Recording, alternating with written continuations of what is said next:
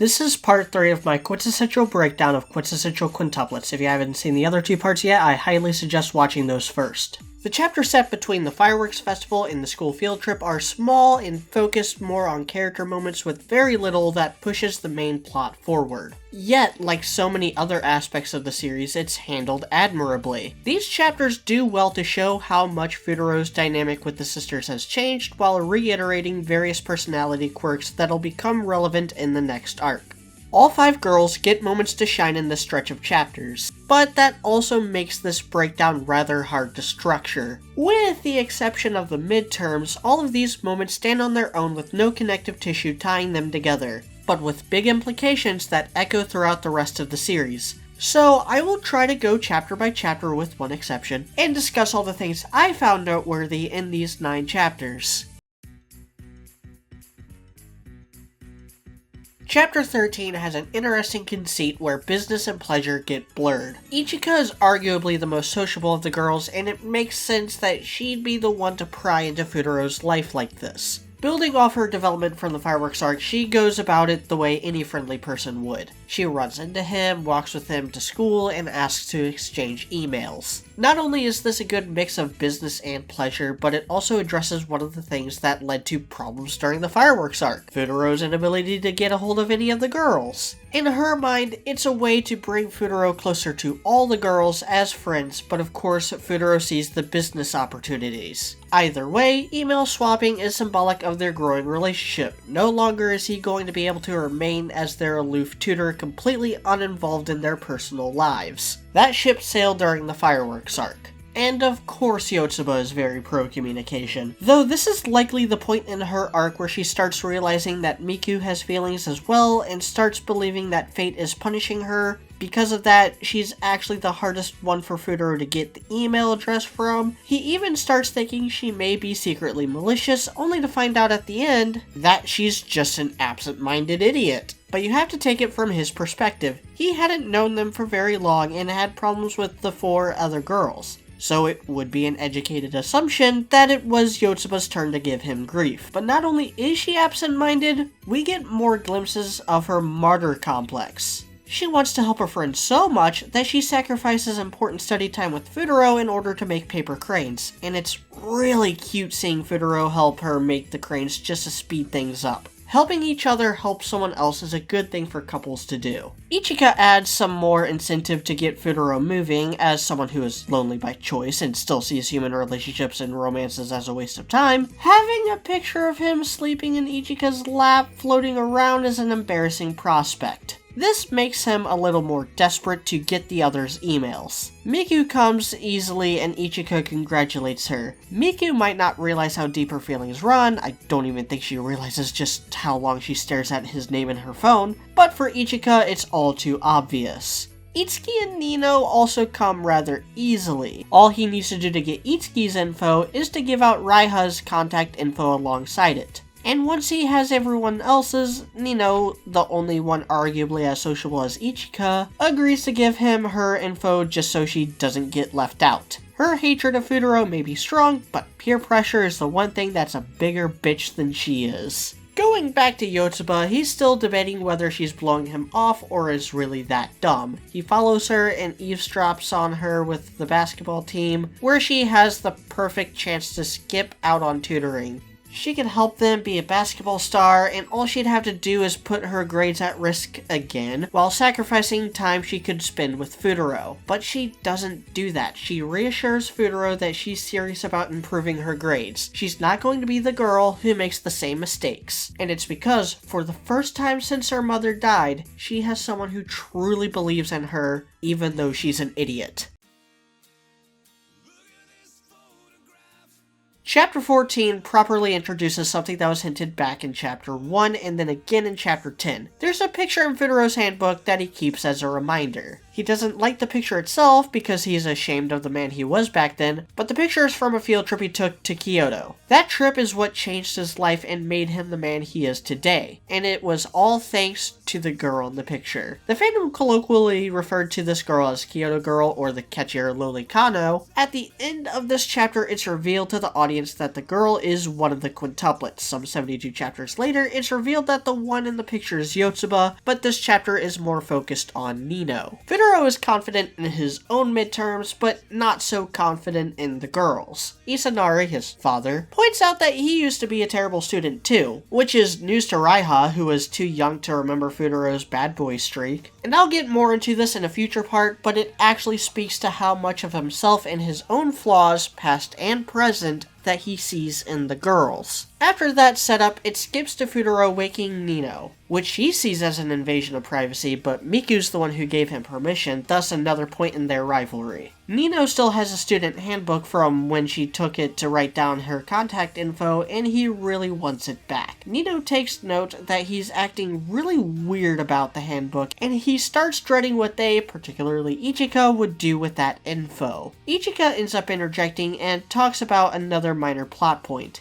Ichika has her ear pierced, and Nino wants to pierce hers. This is important because we know the bride has her ear pierced in the same way. Though with the time skip, it was always more likely that all 5 of them would have that ear pierced before the wedding, and wouldn't you know it, they do. So this point doesn't exist as a clue or hint, rather it exists to explain the difference the bride has from all the girls as we know them. This ties back in with the handbook. If Fuutarou helps pierce her ears, she'll give him his handbook. Now, something that hasn't come up much is how much of a vindictive asshole Fuutarou can be. We see that in his general attitude towards Itsuki, but this is him at his most vindictive. This is his chance to mess with Nino as payback for all the grief she gave him. He scares her, toys with her, she kicks him, starts having second thoughts, tries looking in his handbook for any embarrassing poetry, and accuses him of having no idea what piercings are like, if only she knew. He fakes her out and swipes the handbook, and after a tussle it falls open, right to the picture he was dreading. And her reaction might actually be worse than what he was expecting. Grief from her is something he was getting used to. Her saying that this punk is her type is something he just wasn't ready for. Especially with how ashamed he is of how he was back then. Not that Nino would believe it's him, which is how he gets away with lying and saying it's a relative. Which itself sets up a plot point for future arcs, and her admiration of this 12-year-old fucking Japan will eventually lead to her first true love later down the road. And now for the dramatic irony of this situation. If only he opened up with the truth and showed the other side, or took Nino's invite to look at her family photos, something would have clicked into place right then and there instead of dozens of chapters later. Fuutarou would have realized that the girl in the picture is one of the Nakano quintuplets, and that lack of confirmation for now will lead to numerous problems later on. Chapters 15 and 16 introduce some of the highest stakes in the series. It's time for midterms, and Fuutarou is worried that the girls haven't made enough progress in their studies. So many of their study sessions have been interrupted, Itsuki and Nino still refuse to fully participate, and it's coming down to the wire. The first one he tries talking to is Itsuki. She has been studying on her own this entire time and hasn't fully forgiven him for how rude he was when they first met. Fuutarou tries handling this tactfully and just makes it worse. He simply has no idea how to deal with Itsuki's sensitivity. She thinks he's just a jerk and he's not really doing anything to prove her wrong. She really wants help, but wants it from anyone but him. Next is Nino, which does two things. First, it actually shows her social butterfly side, which we don't see often enough. Next is a series of double entendres. This is a romantic comedy, and though very few jokes actively fall flat, it's never a highlight for me. Unless the joke is Itsuki shoving food in her mouth. That never gets old. The innuendos here are embarrassing but also refreshing. The series rarely delves into this style of humor, and I'd be lying if I wasn't a little bit into it. It makes me take Nino's side for once when she slaps him to shut him up. And God, I love this series. I'm just going to play this little part. Apparently chicks are totally in style. Well, since you've got checks for all the erroneous answers you wrote, you're high fashion. As if answering his thoughts, Yotsuba, the first girl to have changed, comes in sporting a new ribbon, which then leads to one of my favorite comedic bits in the entire series. I love how temperamental he can be around her, and how he genuinely cares enough to fix her ribbon after disciplining her. Fuutarou doesn't realize the impact he's had on her, Miku, and Ichika. He believes he won them over so they'd accept his help. He doesn't realize how much he's inspired them to help themselves, and how deep their feelings are starting to run. For the first time, Ichika believes schooling is worth it. For the first time, Miku believes she can succeed. And for the first time, Yotsuba believes she won't make the same mistakes again, because if they do, Fuutarou will be out of the job.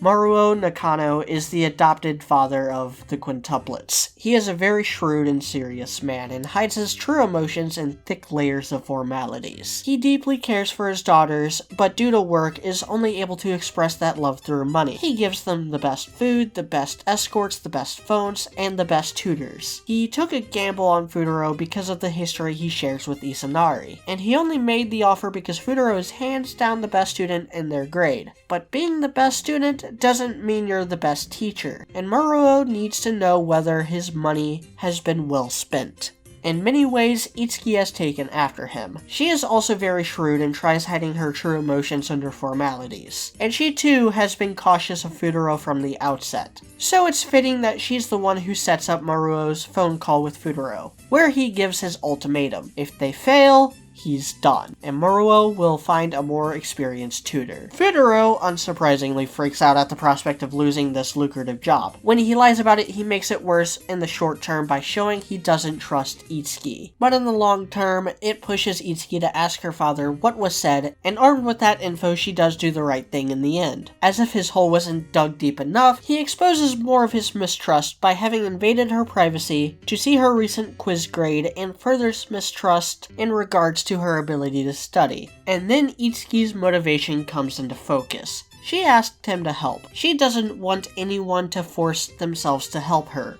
I just don't want to do anything that'll hold you back.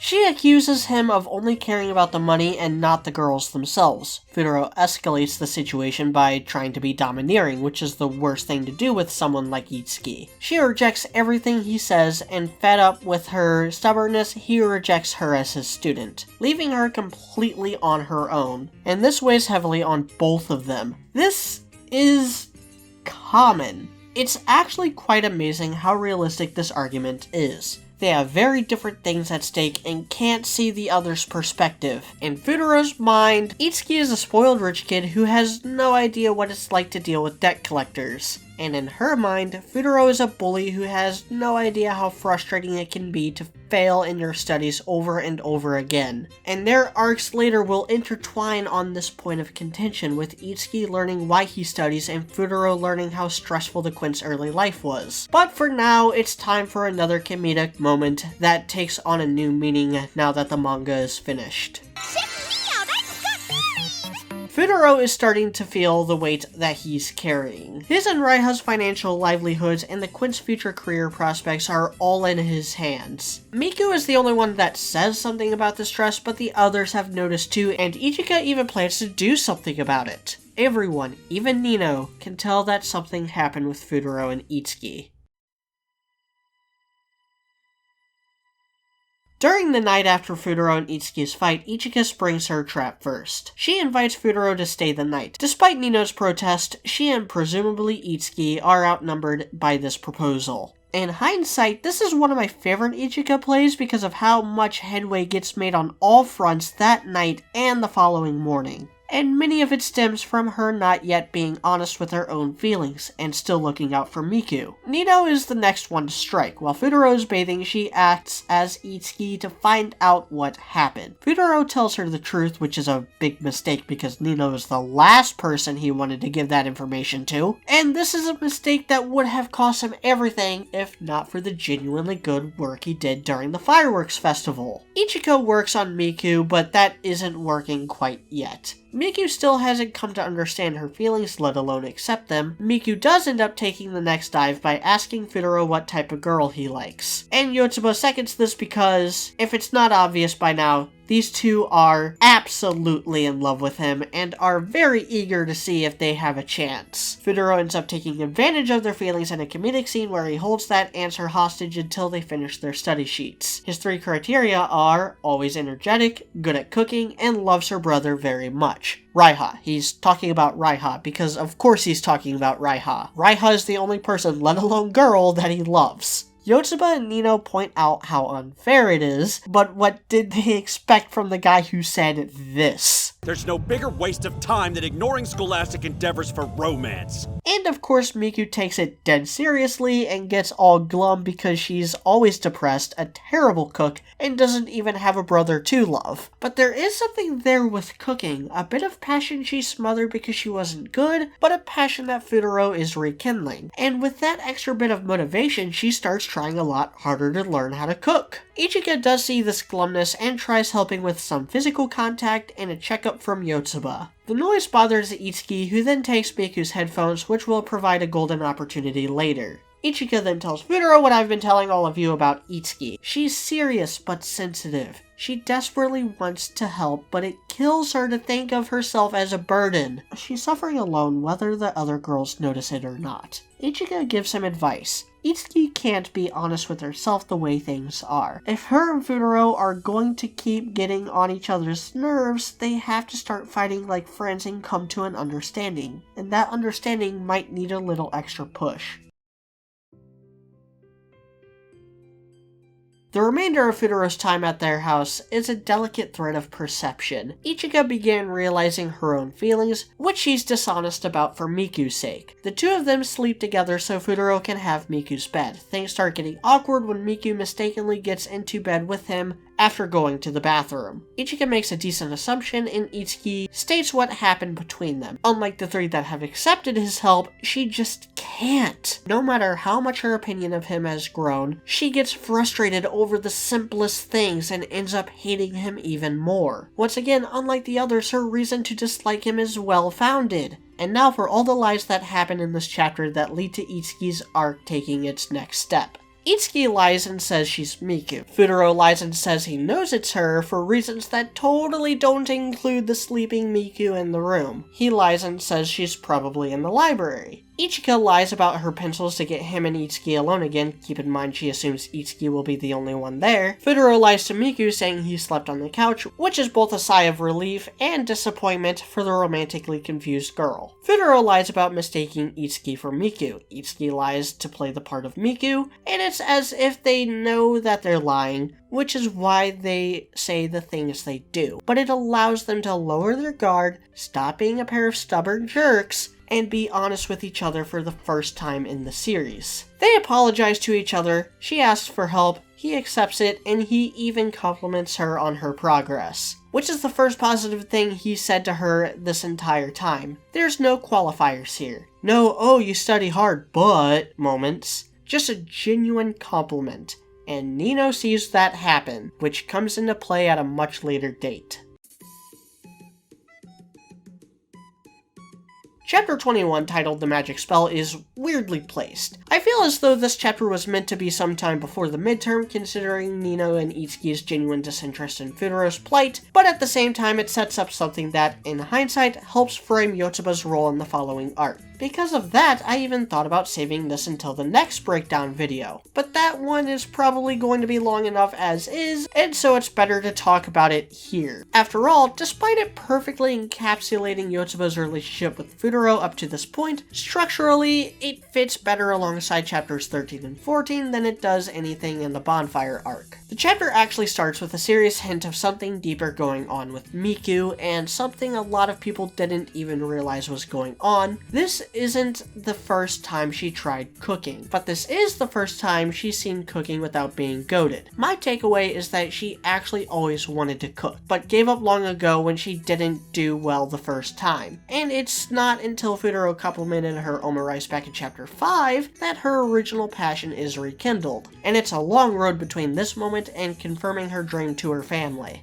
As established in the earlier chapters, Fuutarou has no refined taste buds, but Yotsuba isn't so kind. She actually bickers with Fuutarou, pushing Miku to keep trying again and again until she gets it right, and she ends up giving Fuutarou food poisoning. After a callback to chapter 2, Fuutarou tries to convince Yotsuba that lying has benefits, which lands a little better coming right after his sleepover if I'm being perfectly honest. But Yotsuba is a terrible liar, or is she? She manages to convince Itsuki that it's serious, and Itsuki knows her better than anyone, but to Fuutarou her lie is too obvious. Maybe it's because he knows the truth, or maybe there's a little something there that makes him see through her lies a little more. Fuutarou then notes that Yotsuba is more natural, supporting his efforts through genuine admiration rather than deception, and just as she starts working that magic on Itsuki, Nino spills hot food on his face, which causes him to freak out, which exposes the lie, thus leaving him alone with Yotsuba, which is just fine with her. What follows is one of the most beautiful WTF moments I've ever seen. Yotsuba claims she hasn't changed, and Fuutarou accidentally taps into the truth. She was the first one to change. She changed years ago. She's been in love with him ever since, and hearing those words gives her confidence, however small, that he does remember her from back then. She's beating herself up over her continuously terrible grades, but Fuutarou thanks her for being the one honest and straightforward person who always tried helping him. That confidence materializes in the most honest thing she does for a very long time. She tells him why she supports him. She tells him the truth. But keep in mind, Fuutarou is very much opposed to the very idea of romance. Had this confession stuck, it could have even wrecked their friendship. Yotsuba, in her love for him, sees this and does what comes naturally. She sacrifices her own happiness. Fuutarou's heart closes as he loses a bit of trust in her, but in her mind, it's the only way to stay close to him, and maybe she can keep the lie up if she can only convince herself. The two chapters actually covering the midterms are rather brief. Fuutarou stayed the night at their house again, and they started running late. Other than Yotsuba, who just speeds off on her own, all of the girls end up doing something to hold them up. Though in these moments we see how Itsuki was affected by the previous chapter. For the first time since chapter 1, she actually offers to give Fuutarou food. The rest of chapter 19 is an extensive gag where each girl takes turns disguising themselves as Yotsuba in order to get past the teacher and head to their classes. And it's fine, I guess. It's not the most unbelievable example of the quintuplet game shenanigans, but there's not much here. What's more important is the punchline where Fuutarou tries it as well and doesn't get away with it, but he does offer a few last words of encouragement before being dragged off. They have to believe in all the effort they put in, and before parting ways, they make a promise to do their best, locking fingers in a way they do again later in the series. Then we have the midterms themselves. Miku and Ichika try their best for Fuutarou's sake. Itsuki, though she started to come around on him, finds Raiha to be a better motivating factor. Yotsuba says a line that's been memed to hell lately, It's multiple choice with 5 answers. A lot of times it's the 4th one. and Nino clings to her own selfish desire to stick with her sisters. She has managed to pick up some trivia from Fuutarou, and she isn't spiteful enough to let it go to waste. They all fail spectacularly, only succeeding in one subject each. Nino even pouts about them failing in completely different ways. But it's over. Fuutarou laments and says his farewell. They at least succeeded in one subject each, so if they help each other and continue to study, they might have a chance to help each other and pass their grades. But it'll be something that they have to do on their own. Itsuki knew this, which is why she didn't want to show her test scores. Miku did well on a difficult test. Her whole arc is about gaining confidence in herself and the things she loves. Fuutarou can see that much and asks her to extend that passion to her sister's studies. Ichika needs to treat each question as necessary and not give up until the very end. Yotsuba rushed through everything and needs to take her time. Be patient, let everything come to her naturally. Itsuki was the opposite, dwelling so much that she didn't even finish her tests. Her arc comes to a head with her needing to move on from her past and her parents' shadow and her love for Yotsuba in order to stand on her own 2 feet. His only words to Nino are to not let her guard down. The look on her face is conflicted. He's right, and she knows that this failure could be the end of his tenure as their tutor. But the fireworks festival, her sister's joy at spending time with him, and the moment he shared with Itsuki are undoubtedly going through her mind. And just as they get the call from their father, those thoughts turn into actions. She lies, the same way Fuutarou had lied in the prior chapter. She lies for her sister's sake. because she's willing to put up with a guy like him if it helps the only people she loves. She manages to fool their father, or is at the very least compelling enough to let it slide and give him another chance. How much he fell for it and how much of it was him appeasing his daughters is a matter of perspective. I think it's most likely both. They did show some progress from where they started, and the fact that Nino of all people is willing to vouch for Fuutarou is all the endorsement Muro Nakano needs to let things keep playing out in this way. With the crisis averted for now, Fuutarou shows his own growth by taking them out for parfaits. The battle may have been lost, but the war is ongoing, and they have time to improve their grades even further. But first, they have something non-academic on the horizon. Next time, I'll be discussing the school trip, the Binding Legend, and the Bonfire of Destiny. This concludes part 3 of my quintessential breakdown of Quintessential Quintuplets.